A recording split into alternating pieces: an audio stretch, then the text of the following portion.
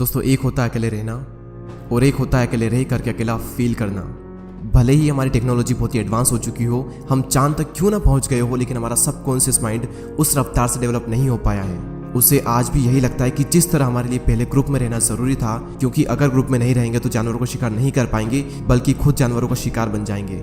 और इसी वजह से हमारा ब्रेन आज भी अकेलेपन को डेंजर का साइन मानता है। साइंटिस्ट ने एक बार एक एक्सपेरिमेंट किया और उसमें लोगों से पूछा गया कि आप अपने नेगेटिव थॉट्स के साथ में 15 मिनट अकेले रहना पसंद करेंगे या फिर एक बिजली का झटका। और रिजल्ट जानकर आपको हैरानी होगी कि 67% मैन ने और 25% वेमेन ने बिजली के झटके को चुना। लोग खुद के साथ 15 मिनट अकेले नहीं रह सकते।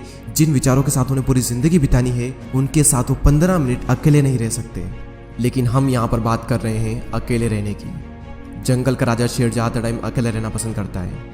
उसकी ज़िंदगी में ऐसी बहुत सी सिचुएशन आती है जहाँ पर उसे भेड़ियों का झुंड घेर लेता है। उस वक्त वो ना तो अकेला फील करता है और ना ही वो कमज़ोर फील करता है। उसे पता होता है कि इन सब के लिए तो मैं अकेला ही काफ़ी हूँ। और आप ये बात जान लो कि ग्रुप हमेशा फॉलोअर्स का होता है, लीडर अकेला ही लीड करता है। शेर अकेला किसी मजबूरी के कारण नहीं रहता, बल्कि वो अपनी चॉइस से अकेला रहता है। इस दुनिया के ज़्यादातर हाईली सक्सेसफुल लोग इंट्रोवर्ट हैं। इंट्रोवर्ट यानी कि वो लोग जिन्हें अकेले रहना पसंद होता है, जो लोगों में जाना पसंद नहीं करते। बिल गेट्स, जो कि माइक्रोसॉफ्ट के को फाउंडर है, 7 दिन के लिए बिना किसी टेक्नोलॉजी के अपने फ्रेंड्स एंड फैमिली से दूर रहकर अकेले रहते हैं। और इसका रीज़न वो ये बताते हैं कि इससे उनकी क्रिएटिविटी बढ़ती है, उनके माइंड में नए नए आइडियाज़ आते हैं और अपनी लाइफ के कई सारे बड़े बड़े डिसीजन उन्होंने इसी दौरान लिए हैं। और ये सभी लोग किसी मजबूरी की वजह से अकेले नहीं रहते, ये अपनी चॉइस से अकेले रहते हैं, क्योंकि उन्हें पता होता है कि एक अकेला इंसान कुछ भी कर सकता है। अकेले रहने के 4 ऐसे फायदे मैं आपको बताऊंगा जिन्हें समझने के बाद में आप भी अकेले रहना पसंद करोगे। पहला पॉइंट है बूस्ट क्रिएटिविटी। निकोला टेस्ला, जो कि एक महान वैज्ञानिक रह चुके हैं, जिसकी वजह से हमारे घर में इलेक्ट्रिसिटी आ रही है, जिनकी वजह से आज हम इतनी गर्मी में एशियन कूलर की हवा ले रहे हैं, जिन्होंने 300 से भी ज़्यादा इन्वेंशन किए हैं। उनका कहना यह है कि be alone that is the secret of invention, be alone that is when ideas are born. अकेले रहो क्योंकि यही वो समय है जहाँ पर आइडियाज़ पनपते हैं। अकेले रहो क्योंकि यही वो टाइम है जब इन्वेंशन होते हैं। निकोला टेस्ला जब खोज कर रहे थे तब उनके पास कोई भी ज़्यादा बड़ी टीम नहीं थी। उन्होंने ज़्यादातर जो इन्वेंशन है वो अकेले रहकर अपनी लैब में किए। और रिसर्च बताती है कि जब आप अकेले होते हो और कुछ भी नहीं कर रहे होते हो, तब आपके ब्रेन के DMN यानी कि डिफ़ॉल्ट मोड नेटवर्क में ज़्यादा एक्टिविटी होने लगती है। और इसी नेटवर्क की वजह से इंसान क्रिएटिव सोचता है, उसके ब्रेन में नए नए आइडियाज़ आते हैं। सर आइजैक न्यूटन को भी क्रिएटिविटी का आइडिया तब आया था जब वो अकेले एक एप्पल ट्री के नीचे बैठे थे। मेरे इस यूट्यूब चैनल पर इतनी सारी वीडियो है, इनमें से एक भी वीडियो ऐसी नहीं है जो कि मैंने किसी के साथ बैठकर बनाई हो। सारी वीडियोस के आइडिया मुझे अकेले में आए हैं और सभी वीडियो की स्क्रिप्ट मैंने अकेले बैठकर ही लिखी है। अगर मेरे साथ कोई है तो मैं कभी भी काम नहीं कर सकता। मुझे एकांत माहौल चाहिए क्रिएटिव सोचने के लिए। सेकंड पॉइंट है इंक्रीज्ड फोकस। जब आप अकेले रहोगे तो उन सभी लोगों से दूर रहोगे जो कि आपका ध्यान भटकाते हैं। आपका पूरा फोकस बस एक ही जगह पर रहेगा, आप चाह कर भी भटक नहीं सकते। आज से 4 साल पहले जब मैंने अपनी यूट्यूब जर्नी स्टार्ट की थी, तब मेरी लाइफ में सिर्फ 3 से 4 ही फ्रेंड थे और उनसे भी मेरा मिलना बहुत ही कम होता था।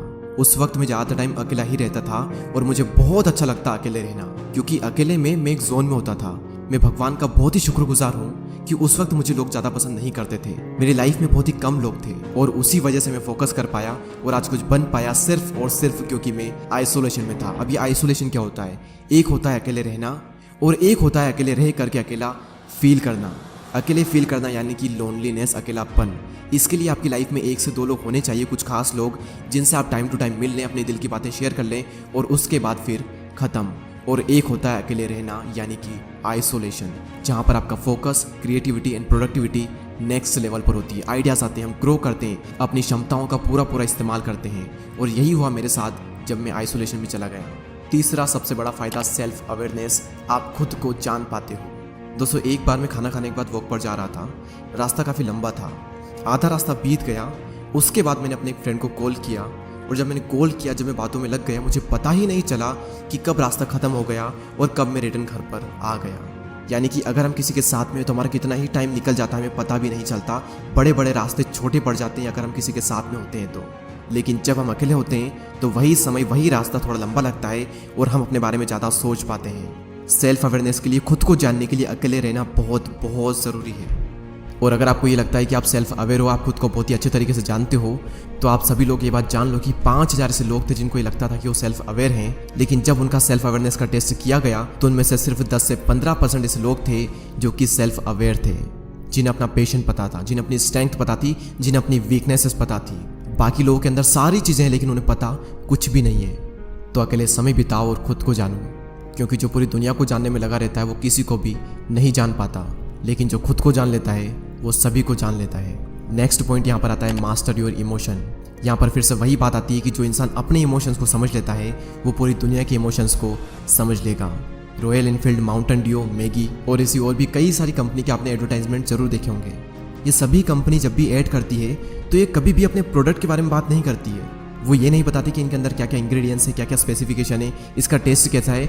उनका सिर्फ एक मकसद होता है कि उस एड को वो लोगों के इमोशन के साथ में कनेक्ट कर दे, क्योंकि उन्हें पता है कि लोग इमोशनली ज़्यादा कनेक्ट होते हैं। अब सवाल यहाँ पर ये आता है कि ये जो मार्केटिंग कंपनीज है ये लोगों के इमोशन को समझ कैसे पाते हैं। सिंपल सा तरीका है कि ये लोग पहले खुद के इमोशन को समझते हैं, उसके बाद ये पूरी दुनिया के इमोशन को समझ जाते हैं। तो इन फ्यूचर में अगर आपको लोगों को इन्फ्लुएंस करना हो या फिर आपका कुछ भी ऐसा काम हो जहाँ पर आपको लोगों को इमोशनली कनेक्टेड करना हो, तो आपको खुद के इमोशन को मास्टर करना बहुत ज़रूरी है। और खुद के इमोशन को समझने के लिए आपको पहले खुद को समझना होगा, और खुद को समझने के लिए आपको अकेले रहना ही होगा।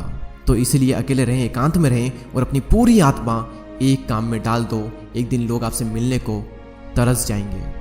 दोस्तों इस वीडियो में इतना ही। अगर आपको ये वीडियो अच्छी लगती है तो लाइक करें एंड चैनल को सब्सक्राइब करके बेल आइकन को प्रेस करें। मैं आपसे मिलूंगा अगले वीडियो में, तब तक के लिए जय हिंद, जय भारत।